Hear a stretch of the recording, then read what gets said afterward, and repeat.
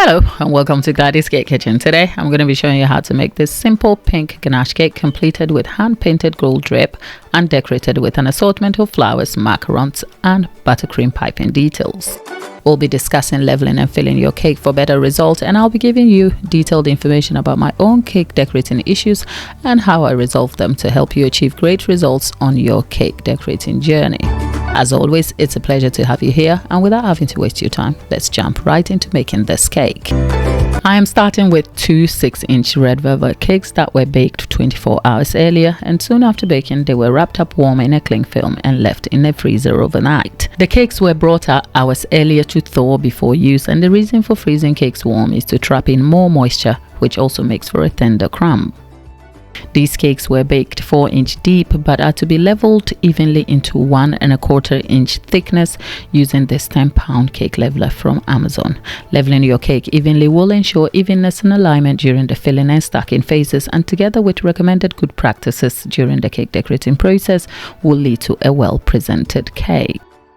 There are various tools on the market recommended for leveling cakes, but I've found over the years, whilst a great and expensive tool may be helpful for completing a cake decorating task, mastering the techniques for task efficiency is the most reliable, especially in cake decorating. For this reason, I have a beginner's basics video on how to level a cake 2 ways linked in the description box for you. After leveling, I now have 6 layers of cake which are to be filled and stacked to form the cake. Back on my work table, a dollop of ganache is applied on a cake board and a thin cake card placed to stick. The same sized cake board or a thicker cake circle can be used instead of a cake card used here. Over the card though, another layer of ganache is applied to serve as glue before the first layer of cake is placed.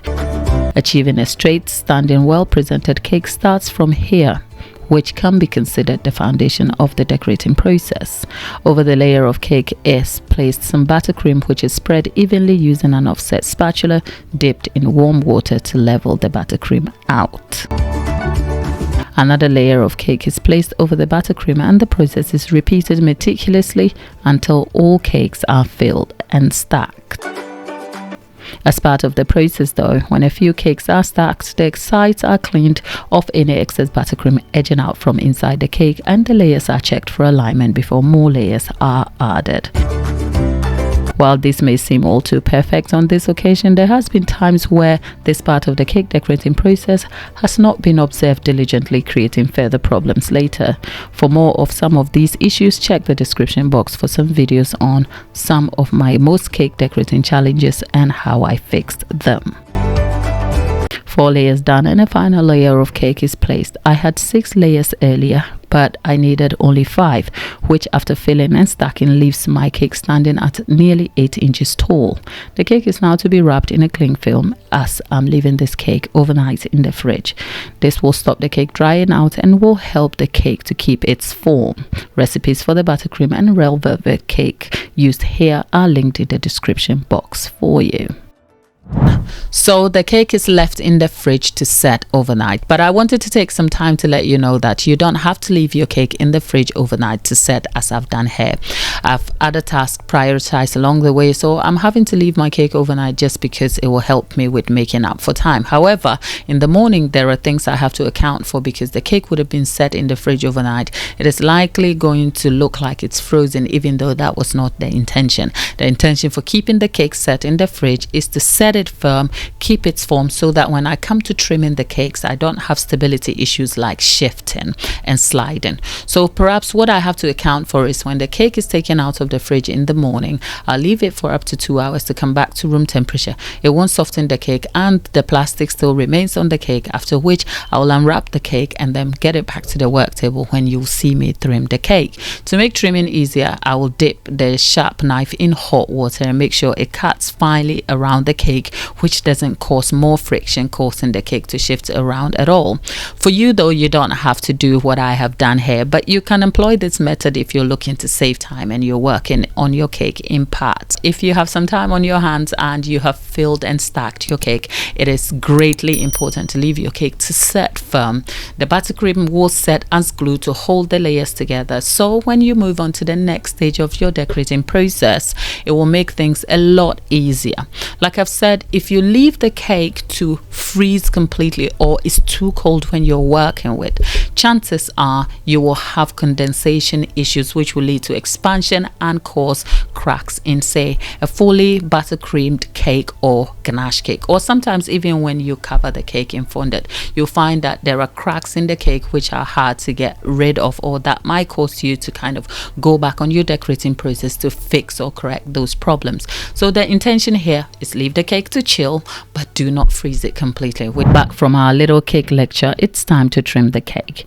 Trimming helps to rid of caramelized crust on the cake, evens out the cake surface to aid a level cake ready to work with. But not all cakes require trimming though, especially if the trimming is likely to deform the shape of the cake, for example in the case of a football cake, or perhaps if the trimming of a cake may cause stability issues, causing the cake layers to shift when trimming. I've had some cakes on this channel I have left untrimmed for good reason. As a preference though, whenever possible I trim my cakes to aid a clean slice when the cake is cut into. Crumb coating the cake follows immediately after trimming, which is to seal in all the crumbs created from trimming the cake. It also fills in the cake surface, helping to create a more polished look as the decorating process develops. It starts with some ganache spread over the entire cake, starting from the top, using an offset spatula and a scraper used to clean out any excess. Notably, this part isn't got to be perfect as long as the cake is covered and the crumbs are sealed in. After crumb coating though, the cake is left to chill for about 15 minutes and returned for the next layer of ganache covering to be applied. But before that though, the top lip of the cake is trimmed to clear any excess hanging ganache. A pink layer of ganache is now ready to cover the cake, starting from the top and around the cake using an offset spatula dipped in hot water. This aids a smooth and easy spread. By preference, I use ganache for my cakes unless specifically requested not to. But buttercream can be used in place of ganache by observing the same processes as used in this tutorial. After covering the cake in a layer of ganache, a scraper is employed to clean out the cake, but this part can take a little while. While covering and scraping a cake is a simple repetitive task, most cake makers will know it is time consuming, and occasionally I've been left unsure of where or when to stop. A quick tip for a polished finish to your ganache cake though is to clean the scraper after each round of scraping and to dip it in warm water. Wipe the scraper clean of any excess water too. The pink covering is looking clean and polished after repetitive moments of scraping, which nearly saw me ruin the cake, but it's all saved now and the cake is left to chill before the next phase. The cake is back to be trimmed on top using a warm sharp knife. And with a final scraping on the side, our cake is just about ready for the drip to be applied.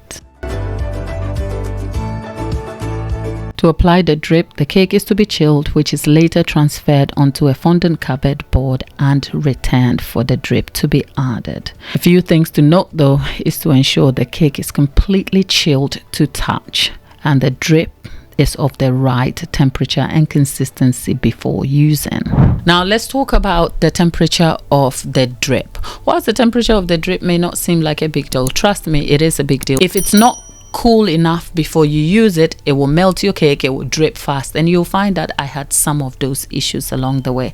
So perhaps you want to find the right temperature that might work for you by perhaps turning your cake to the side, which may end up being the back side, and then trying the drip a few times to see if you've got the consistency right before you get to using it on your cakes. But then again, whilst we're talking about drips, I just settled for the hand painted drips because can I just say, am I the only cake decorator who perhaps is not keen on some of the recipes of gold drips that are on the internet? I'll say I have seen a few good ones. I have tried them. I don't think I've got the result I need, and that is perhaps because I might just admit that I am particular about what I want for my drip. So perhaps the ones that have requested you add cornstarch to alcohol, the alcohol evaporates and then you have white streaks in your gold drip, or the ones that have added glycerin or lemon extract, I find that it doesn't set well, and the consistency and its appearance on the cake is not exactly what I want for myself. So I've chosen not to use that. Another thing also is when I've used lemon extract, especially for people who are mindful of specific dietary element, that clashes completely with the flavor of the cake. For instance, if I had a lovely chocolate cake that has to be completed in a dark or black finish with a gold drip, having lemon extract used with gold to drip ends up creating a clash in flavors that I am not usually very keen on. So let me just say this: I have not always been keen to take orders that involve gold drips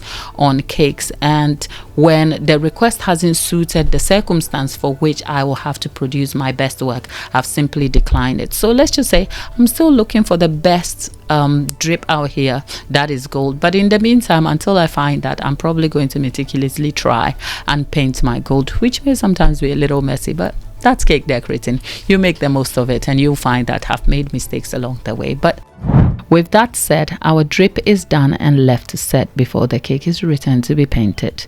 To paint the cake, some rejuvenator fluid is mixed with gold luster dust to form a paint, and is painted on the drip first using a larger brush on top and a thin brush for the strips of drip. This has to be done carefully to prevent the paint messing the cake. As you can see, the issues I had with the drip flowing down quickly has led to longer strips of drip than I wanted. This was slightly difficult to paint and has left the cake slightly messy, but I'll be able to cover these mistakes when the cake is finally decorated. Painting is done and the cake is set ready for decoration. First is the flowers. I'll be pinning these flowers into a fondant ball set in the middle of the cake, stuck in place with some buttercream.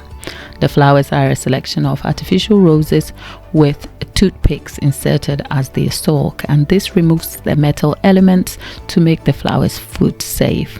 The fondant ball also serves as a barrier, preventing the picks from being inserted directly into the cake. A selection of small filler flowers is added, and some buttercream details are dotted around the cake. Remember when I mentioned I'll be able to cover the messy paint with some decorations? I've done this by cleverly dotting spots with the buttercream and turned the messy part away from the front. When one of the macarons added for decoration breaks, I've added that still, and the broken parts have been cleverly covered with some buttercream. More flowers are added to the base of the cake, and that is our cake now done. A beautiful finish to a rather simple cake. Throughout the process, we learned some simple techniques, course corrected some of the issues arising, while still aiming for a well-presented cake. There are more beautiful cakes decorated with simple techniques linked for you, some of which are showing on screen. I'll see you in my next video. Thanks for watching.